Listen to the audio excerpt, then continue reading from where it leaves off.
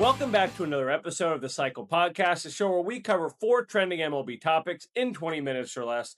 Joining me, as always, is Josh, aka Kaboomski. How you doing, my friend? Let's go. How you doing today? Fantastic. Tomorrow, last day of work for about 8 weeks.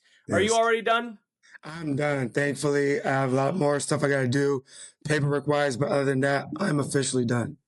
Yes. Let's go. So, more baseball time, more time to hang out with you. Yes. Can't wait. Let's get right into the show. Our first topic today is going to be discussing some possible trade candidates. We've already seen early in the year which teams are probably going to be ready to sell, which teams need a little more help to get that push going into the All-Star break and beyond. So my first one is obvious. It's Tarek Skubal, and I have a few destinations for him.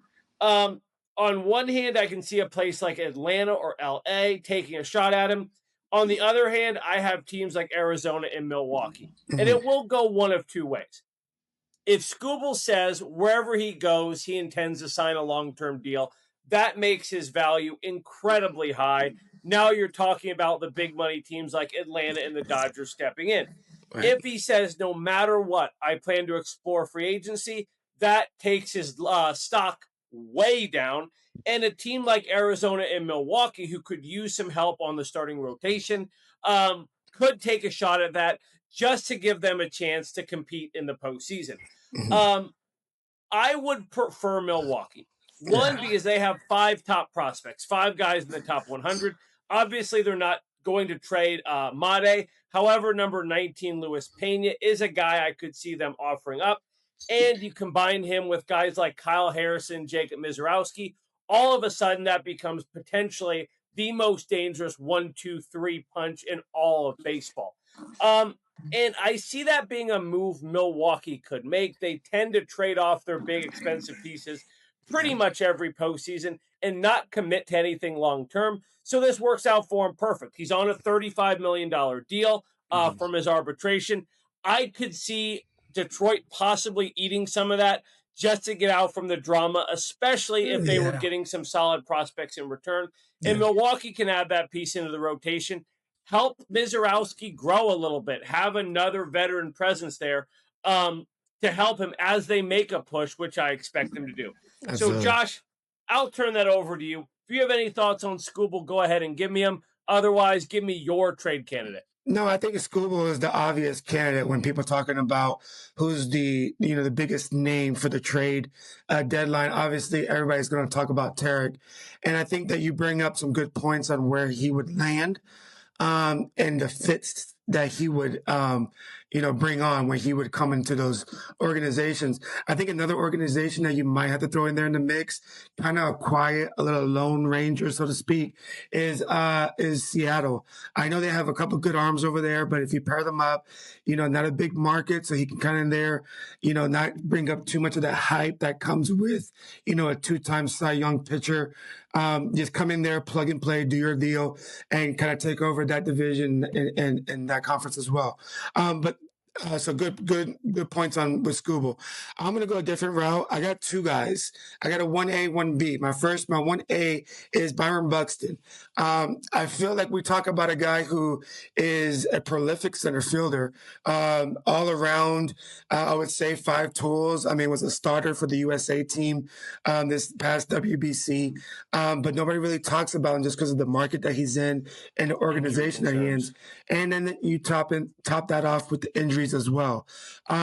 So I was thinking maybe, or we were talking about it offline, maybe like an Atlanta. I know they got Acuna over there, but Acuna's played right field quite a bit. They can even platoon him out there in center field as well. See who's healthy. Whoever's healthy, you get to start. Because both of those guys seem to be on the injured reserve list quite a bit. So, and then the second guy, my 1B, is not a really big name, not a really big splash, but has been doing good for him, for himself and for his team a little bit. He happens to play with Byron Buxton and is the backstop for the Minnesota Twins, Ryan Jeffers. And and I got him going to the Rays. I think that if the Rays make a push or can see them making a push for that division, knowing that they got to compete with the Bostons of the world, the New York, Baltimore's, and obviously Toronto's, having a strong backstop has always been the Rays' Achilles heel. I'm speaking not as a fan of the Rays, but just as a fan outside looking in. If they were to always, their always missing link has always been a solid catcher. When they had a solid catcher, a solid all-star catcher, How they far made do we it have to go back? Zunino? 2008. No, don't say Zunino. Don't ever say Zunino. The followers that know me very well know that I have a very love-hate relationship with Zunino. He's a Tampa guy and he's a Florida Gator, but man, he was absolutely horrific when he played for the Rays. No, I think it was 2008 when we had Daniel Navarro. He was an all-star that year. We ended up going to the World Series. So Jeffers, if he keeps on doing his thing, it's not a big splash, so it's not a big name that the Rays aren't going to make, because you already know the Rays don't make that big of a name of a splash. But somebody like that can fit in under the radar, fit right in, take care of that pitching staff, and that can hit a little bit, I think that'll be a good fit for both parties. And you guys have a history doing some deals with Minnesota. Wasn't it Griffin Jacks last season? Correct. So Yeah. we're no stranger to that phone call. Absolutely not. Yeah, just reach back into that cookie jar, get yourself a catcher. With that, let's move on to our next topic. Our second topic is going to be talking about the biggest surprises of the season. And the 2026 MLB season is no longer a spring chicken, so to speak. We're in the adolescent phase of this season. And my surprise, weird enough, is not a good team. It's the Miami Marlins, who I expected to be among the worst teams in baseball this year. Yeah. They're 26 and 34. They're on a 5-game losing streak. Since I came up with my idea for this topic, they're on a 5-game losing streak. But I'm going to roll with them. You've got a guy like Max Meyer, who, since he's 23 years old, is the next big thing for the Marlins. 27 years old, finally having his breakout campaign. He's 5-0 with a 2.97 ERA, 74 Ks in 66 innings. So, looking like he's blossoming into a reliable middle of the rotation pitcher. Not that ace that maybe they thought he'd be when they drafted him, not the ace they thought he would be coming up through the minors, but a reasonably good piece in what could eventually be a decent rotation. They have 4 prospects in the top 50. They've got Otto Lopez and Xavier Edwards, both having their breakout seasons. Otto Lopez, 342, leading the National League in hits. Xavier Edwards hitting 316 with 6 home runs. I mean, Edwards sort of becoming what he thought we could be. Otto Lopez exceeding his expectations. Mm-hmm. Here's the kicker. Sandy Alcantara, they can treat him at the trade deadline like found money. Because raise your hand if you thought Sandy Alcantara would have a bounce back. Because I'm keeping my hand down. I hoped he would. I hoped he would. I didn't think he would. He's thrown a complete game shutout. He is not that Cy Young caliber guy that he once was, but on the open market during the trade deadline, I think he could bring in a few decent prospects. Maybe one top 100 guy and a flyer. Something the Marlins can continue to build up what's already a growing farm system. And I could see them in a few years being semi-competitive as the Phillies start to decline, as some of their big-name guys continue to age. The Mets looking like a dumpster fire. There's no real way out of that. If I'm the Marlins, I'm not going to reset. I'm going to continue to build. And for me, that's a surprise. I thought they would be a sell-everything team at the deadline. But Josh, I'll turn it over to you for your biggest surprise. Yeah, no, I think that when I want to say last year we spoke about Sandy possibly on the trade block and possibly moving. I think that they do need to make a move for him as well. On both sides, for him and for the organization. I think they can make it a win-win situation for both parties as well. But it is good to see them somewhat in a situation where they can make a couple moves to better their franchise. So good shout out to them, to the Marlins. But I'm going to switch it over real quick. I'm going to stay in the same division. and go with the Braves. The Atlanta Braves is my biggest surprise.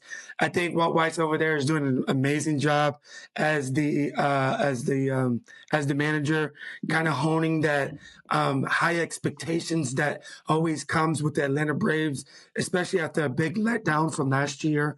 They're at a 109 run differential right now that we mentioned off the pod, which is tremendous. I think that's second or third in the league right now. They lost their record right now is 40 and 20. They lost 10 at home and 10 away. So it's not like they're off balance as far as, where they are feeling more comfortable and getting their wins at. They're pretty balanced on both fronts. So, and then not to mention the resurgence of Chris Sale. I mean, he's leading the team with an ERA of 2.01. He's leading the pitching staff in all substantial categories: wins, strikeouts, whip, all the opposing batting averages, the whole nine.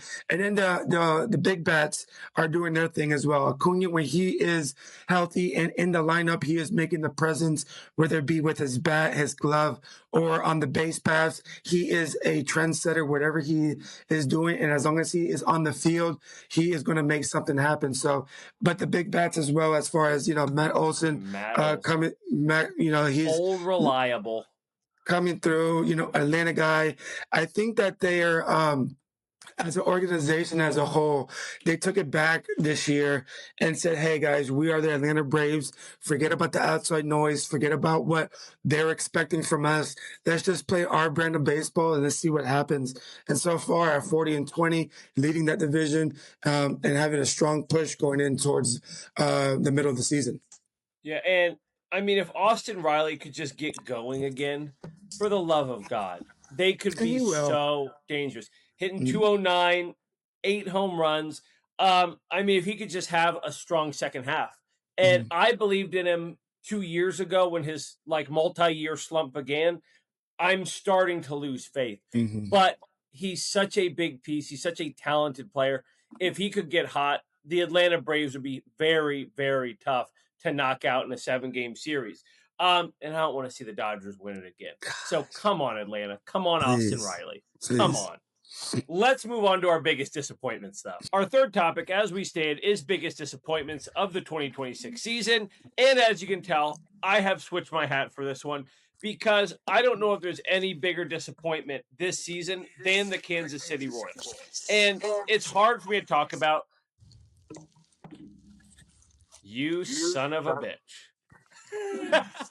You're throwing our bet from last year right back in my face, and I don't appreciate that. I'm just going to appreciate this section. I'm just going to let you have it. Go ahead, do what you got. I'll take a couple minutes at the back end, but I want to hear this from your point of view. Have fun with this. So we didn't make the moves we needed to make in the offseason. That's obvious. Vinny Pasquantino looking like he forgot how to play baseball. Salvador Perez with a negative OPS. But the biggest problem is that Matt Quatraro is incompetent, and he's leaning so heavily on metrics, on analytics, that he's forgotten that the game takes place on the field. I do not care if Jack Caglione struggles against lefties. You don't start Starling Marte over him for any reason. Obviously, the injury bug has got us this year. We're down Carlos Estevez. We're down Cole Reagans, Chris Bubich, Matt Strom. But figure something out. Stop putting guys like Lane Thomas and Starling Marte in the game. Jack Caglione was drafted in the first round. He was the guy we were pinning our future on. We moved him to right field so that we could free up playing time at first base for Vinny Pasquantino every day and to get Salvador Perez some time over there. Yet you have Jack Caglione platooning in right field, which is insane. Yeah. Insane. The team is falling apart. It's looking like we're in a place where we're going to have to reset, sell off a few of our guys with expiring contracts. Vinny Pasquantino about to, or his rookie deal going up soon. Kyle Isbell, Carter Jensen started the year strong. They've fallen off. Meanwhile, you have guys like Carson Rockefeller and Blake Mitchell in the minors having some pretty hot streaks, and we're not willing to give them a chance because we're just riding with what we got. Make some changes. Yeah. Figure something out. And if we have to, fire Matt Quatraro, fire Alex Zumwalt, and fire JJ Picola. Because what we're doing is not working. And unless you want to take a dog shit team into a multi-billion-dollar stadium in a few years, get it together, start spending some money, and build a real team around Bobby Witt Jr. The core of Bobby Witt, Michael Garcia, Jack Caglione could be among the best young cores in the MLB. Yeah. Yet you have this hodgepodge of 1-year deals taking up significant playing time from dudes who could be the future of the organization, and nothing is more annoying to me than that. Yeah. Cool. We signed some guys. That doesn't mean you have to give them playing time. It's not Little League. Not everybody has to have an AB every series. You know what I mean? And the fact that we're 22-37, coming off of a playoff berth 2 years ago, we were above 500 last year. Every year of Matt Quatraro's tenure, minus the first year, we have taken a step back. And at this rate, next year, we're not going to win a game with the rate that we are sliding at. So figure it out. The season is still young enough. The AL Central sucks. We can get back in this thing. So figure it out. Josh, you. Well, good job. I thought I was going to be a lot worse. You left me with a minute, so I appreciate that. You're welcome. I think you hit a few things on the head with the Royals.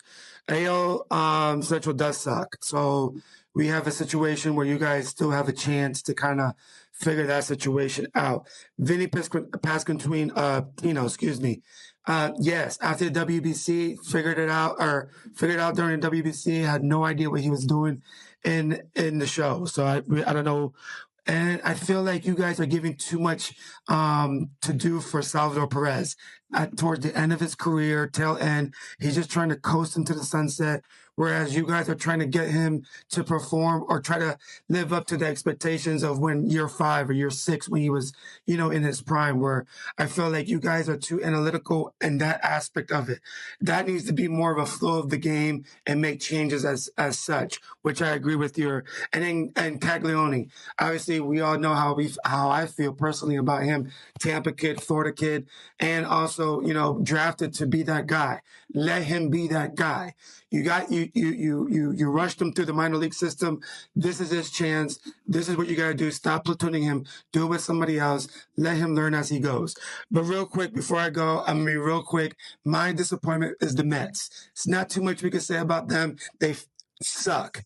They really, really suck. And it starts from the top down. The organization's brass, signing a guy like, Soto for that much amount of money and not figuring out how to get the pieces and the role players behind them. I know I've been on this show multiple times in other podcasts as well, trying to believe in the Mets, so to speak, and seeing that, hey, they still can, pull it out. I think I'm at a point where now they need to make a change at the manager position, get rid of Mendoza, maybe bring in a guy like Alex Cora, who can still relate to these Spanish guys, these younger guys, and has a proven track record to go with it, and rebuild a program, a predominant program, which like we did with Boston, and kept that going. So somebody like that needs to come in. But when your top batting average is 253, it's not even your captain. Your top pitcher is pitching a 355 ERA, and it's not even your top arm. That's saying a lot of where this organization is at, and it's at a standstill where you spent all this money on one player. So what are we going to do? Are we going to support him with a nice supporting cast, or are we just going to empty out the briefcase and see what we can get in the back end of things? So they're at a crossroads where, as Mets fans, of any Mets fans listening out there, let us know what you think about that too, because it's very interesting to see where you guys are going to go at this trade deadline. Yeah, and I mean, Soto is not the only high value guy. They're paying Lindor a ton of money through 2031, and I would venture to guess he's not exactly happy there because Juan Soto has a history of not getting along with other star players. I'm not sure Juan Soto wants another guy around him. I He think he wants to be wants that to guy. be the only guy. And God, that he could have been so good with the Yankees if he could have just accepted that Judge is the centerpiece of the organization. I don't think he's willing to do that. But let's flip the page here and go to who's hot on the back end of who's not hot. We've reached a segment of the show where we talk about who's hot. And I don't think there's anybody hotter in Major League Baseball than Julio Rodriguez. However, statistically, I don't think there's anybody hotter in Major League Baseball than Jacob Mizorowski. That was a Julio Rodriguez's extremely handsome joke. The month of May for The Miz, 6 starts, 5-0, 0.23 ERA, 38 innings pitched, 57 strikeouts. He also set a record for the most pitches of 100 or more, 100 miles per hour or more, I should say, in a single game with 57. That's crazy. If you look at like the most pitches thrown over 100 miles an hour, it's a few dudes, and then Mizorowski's one game. Like, one game puts him in the top 5 for most 100-plus mile an hour pitches thrown. And when you have that, I'm not sure the rest of your repertoire matters, but the rest of his repertoire is outstanding. But you have a guy like that, think back to Pedro Martinez and Randy Johnson. If their secondary stuff isn't working, just rear back and throw it as hard as you can for a few innings, and you're going to go a little deeper in the game. He's unhittable when he's on. When he's running it up at 102 with decent accuracy, and his slider and his other stuff is working, I'm not sure what you can do, because you can't sit on a 102 mile an hour fastball. You can't just say, I'm just going to wait for the fastball and swing, because you don't see it.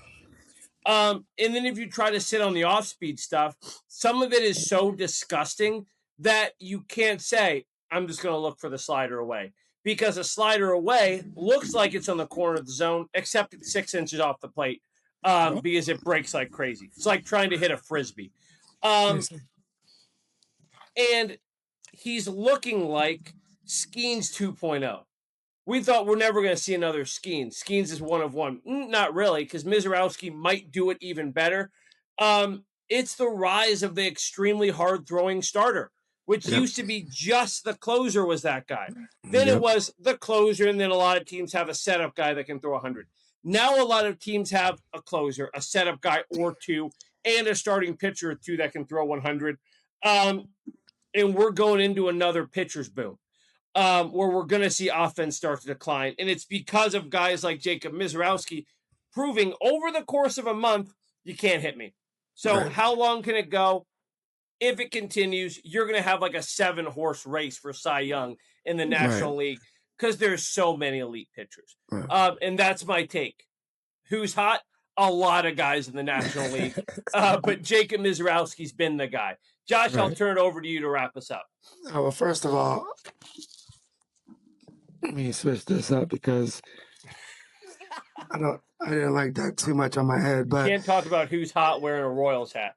Yeah, exactly. Can't do that. And then second of all, whenever you have a nickname, you're a badass. But The Miz, how sweet is that as a nickname? So I think you hit on the head. Wrestling fans out there, by the way, The Miz. Right, The Miz. Right, that's so awesome. The thing that sticks out to me, and you touched on it briefly, was the fact that he's a starter doing those numbers. I think that stands out. And not only that, is that he's throwing it for a strike. I know you were talking about it being effective because it's 105. And yes, nobody's going to see that.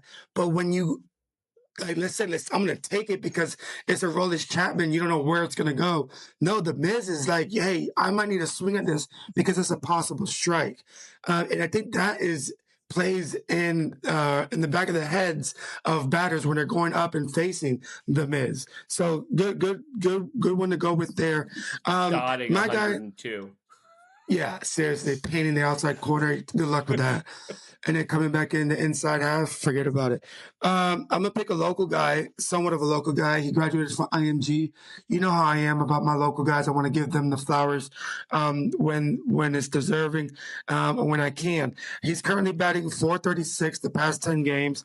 He's on a tear, hitting 17, having a total of 17 hits, 3 home runs, 8 RBIs, 3 stolen bases, and having a slugging of .744. 4. And he has 3 multiple games of 3 or more hits.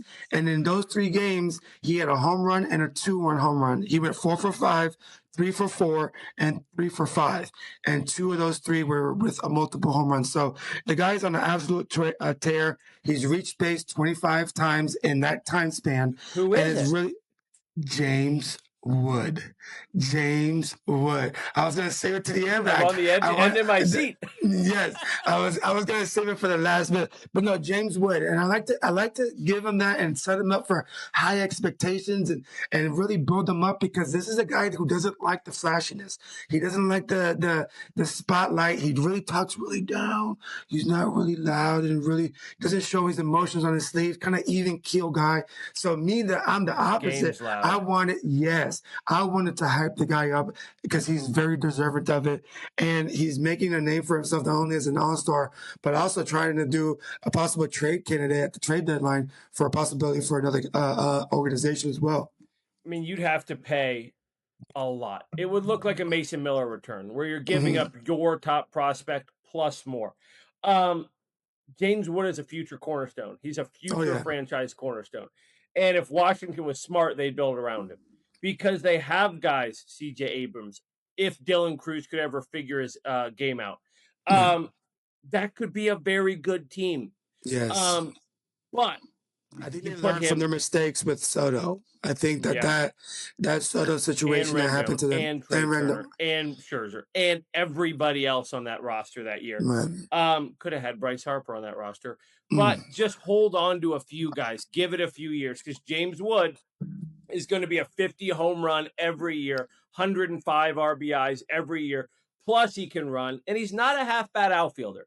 And man, I act like I didn't know, but as soon as you rattle off those stats, it's James Wood. Has been electric the past few weeks. Really. And that's going back to a very quiet, outstanding season last year. Like you said, put him in a place like LA, New York, Chicago. He's a household name. So get ready to know that name if you're not already familiar with his game, because he could end up in a big market here in a few weeks. But Josh, with that, let's wrap things up.